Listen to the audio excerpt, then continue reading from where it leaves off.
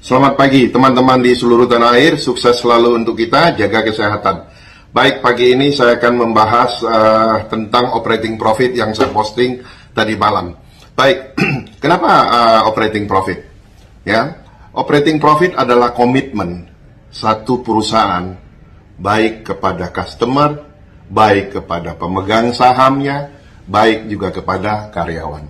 Jadi kalau perusahaan tidak bisa mencetak laba ataupun tidak bisa membuat profit, artinya komitmennya masih kurang, ya kan?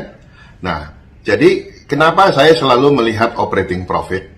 Karena kalau net profit itu bisa di setel, ya. Anda bisa setel mau untung berapa, ya. Tentu setelah 1 tahun Anda mau memberikan figur profit berapa. Jadi saya nggak melihat operating profit, saya nggak melihat net profit dalam satu analisa. Tentu saya memberikan best practice ini berdasarkan pengalaman pribadi. Anda mau ikut silakan, Anda nggak mau ikut juga nggak silakan. Anda mau modifikasi juga. Tetapi apa yang saya sampaikan, bahwa kita banyak ya terjebak di market, mau cek PBV lah, mau cek EBITDA lah, semua dicek, laporan keuangan dicek sekian banyak. Ujung-ujungnya cuma beli 10 lot. Ujung-ujungnya cuma beli 20 lot. Bukan saya merendahkan, tetapi ngapain beli 10 lot? Lihat segitu banyak. Ya, jadi saya fokus pada operating profit. Karena operating profit itu real komitmen yang diberikan ataupun yang dilakukan oleh sebuah perusahaan TBK. Ya, jadi komitmen yang saya ambil dari satu perusahaan. Sesimpel itu kan? Ya, memang sesimpel itu. Karena kalau saya mau beli 100 miliar baru, saya datangin perusahaannya. Kalau saya mau beli 100 miliar, saya mau lihat profilnya seperti apa, performance-nya apa, kinerjanya seperti apa. Ya. Jadi kalau cuma beli 10 lot, nggak usah terlalu banyak gaya. Ya. Anda mau suka, Anda nggak suka, terus ada yang bilang, Pak, saya kurang suka sindirannya. Oke, Anda tunggu di video berikutnya. Sukses selalu untuk Anda. Happy cuan konsisten.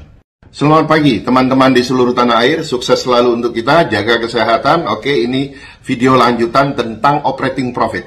Nah, di komentar itu ada yang bilang gini, Pak Fir, saya kurang suka sindirannya.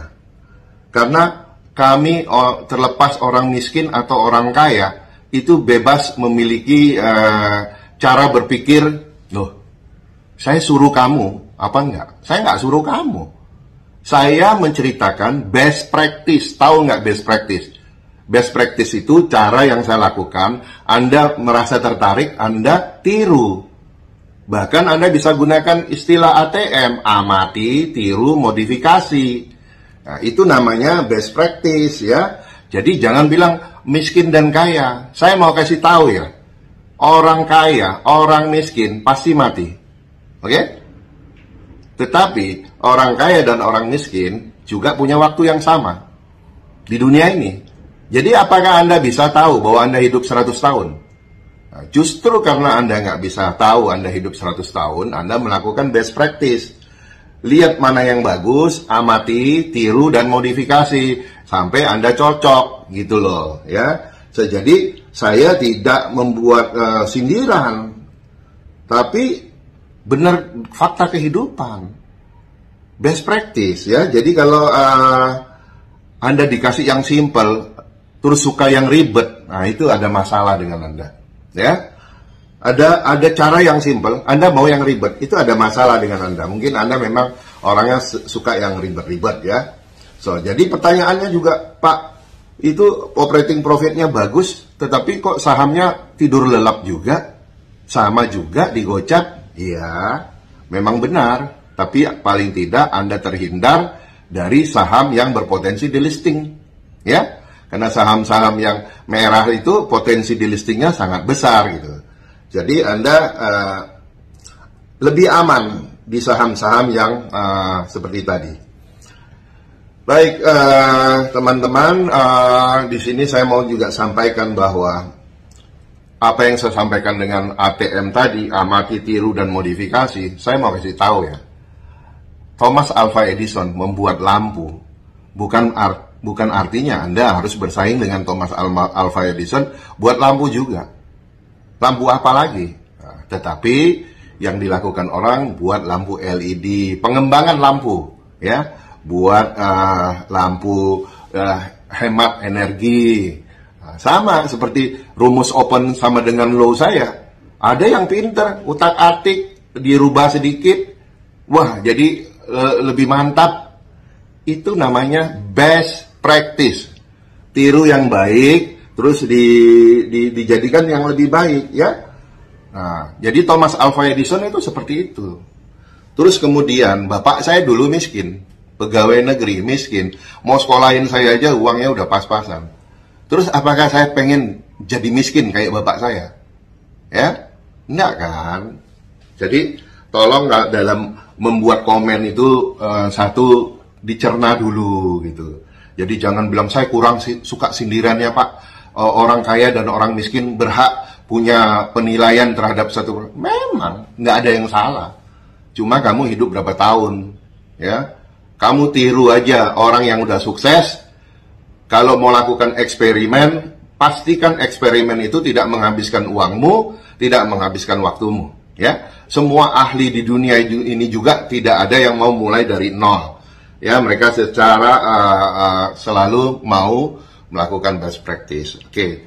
Intinya, ujung dari semua ini, apa yang saya ajarkan di dalam Instagram ataupun follower-follower saya, bagaimana kita belajar dari orang. Oke? Bagaimana kita mengosongkan gelas. Ya? Jangan sok pintar. Saya suka orang pintar, tapi jangan merasa pintar. Ya? Jadi amati dulu semua apa yang saya sampaikan di dalam tulisan-tulisan saya. Ada yang merugikan Anda nggak? Nggak ada yang merugikan. Ya, Anda merasa bermanfaat, Anda ambil ilmunya. Anda merasa nggak bermanfaat, silakan leave. Leave apa yang saya sampaikan, Anda leave and left semua, nggak ada masalah. Saya bukan artis, saya nggak perlu follower, oke? Follower saya makin dikit, makin nggak capek saya tiap hari balasin DM-nya. Ya, jadi itu saja dari saya. Kosongkan gelas, baru Anda bisa belajar dengan orang lain. Ya, sukses selalu untuk Anda. Happy cuan konsisten. Selamat pagi teman-teman di seluruh tanah air. Sukses selalu untuk kita, jaga kesehatan. Baik, pagi ini saya akan menyampaikan aksi korporasi, yaitu private placement. Apa itu private placement? Baik, aksi korporasi private placement adalah aksi korporasi yang mempersiapkan pembelian saham dalam bentuk atau jumlah yang banyak. Jadi dalam bentuk block sale.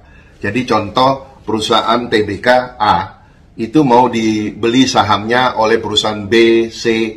Perusahaan yang beli bisa TBK, bisa yang masih private, atau bahkan perorangan. Ya. Jadi private placement itu adalah aksi korporasi yang dilakukan pasti secara diam-diam. Contoh, kalau saya bilang ini saham mau ada private placement, terus Anda langsung ngomong, Pak, katanya mau private placement, kok sahamnya gocap? Mikir, mana ada orang mau private placement, mungut sahamnya di langit. Ya, oh ini saya kaya raya ini, saya terlalu kaya, saya pengen beli saham ini di 1.000. Ada? Nggak ada. Tentu pengen harga yang murah. Nah, kalaupun ada, artinya dia udah memang ada settlement ataupun udah ada komitmen dengan yang mau jual. Pak, saya hanya mau jual di harga 1.000. Oke, harga 1.000 kasih diskon dong 30%, jadi 700. Oke ya Pak ya, di 700. Saya sahamnya harga 100. Mulai hari itu dia nggak boleh beli. Yang naikin yang party yang mau jual, dia naikin sampai 700. Begitu udah di 700, kemudian dia crossing. Crossingnya tentu dalam bentuk DVP, Delivery versus Payment. Jadi, oke, berapa saham di situ? Ada 100 miliar, duitnya udah ready di sekuritas A, terus sahamnya udah ready di sekuritas B, senilai 100 miliar di harga 700. Market buka langsung crossing. Nah, itu private placement di harga yang sudah ditentukan. Ataupun mereka mengatakan, oke, strike price untuk private placement di harga tersebut. Tetapi apabila private placement itu dilakukan oleh si emitennya sendiri, dia mau pungut, sahamnya udah terlalu banjir banyak di pasar, dia mau melakukan private placement kurang. Sahamnya kurang, ya mesti mungut toh dari pasar. Kira-kira secara logika, mungut di harga langit atau di harga rendah? Ya pasti di harga rendah. Jadi Anda nggak usah pusing kalau dia masih di gocap, masih di 100, memang dia lagi mungut. Dia mau jual mungkin di 300, dia mau jual mungkin di 400, ya. Jadi itulah kira-kira private placement, ya. Supaya Anda ngerti aksi corporate private placement. Jangan udah nggak ngerti, sok tahu. Akhirnya apa? Komennya jadi nggak benar. Ini kok katanya mau private placement, kok sahamnya digocap sih Pak? Oke, banyak belajar ya, jangan banyak sok tahu ya. Kata orang tuh sotoy. Oke, sukses selalu untuk Anda, happy cuan konsisten.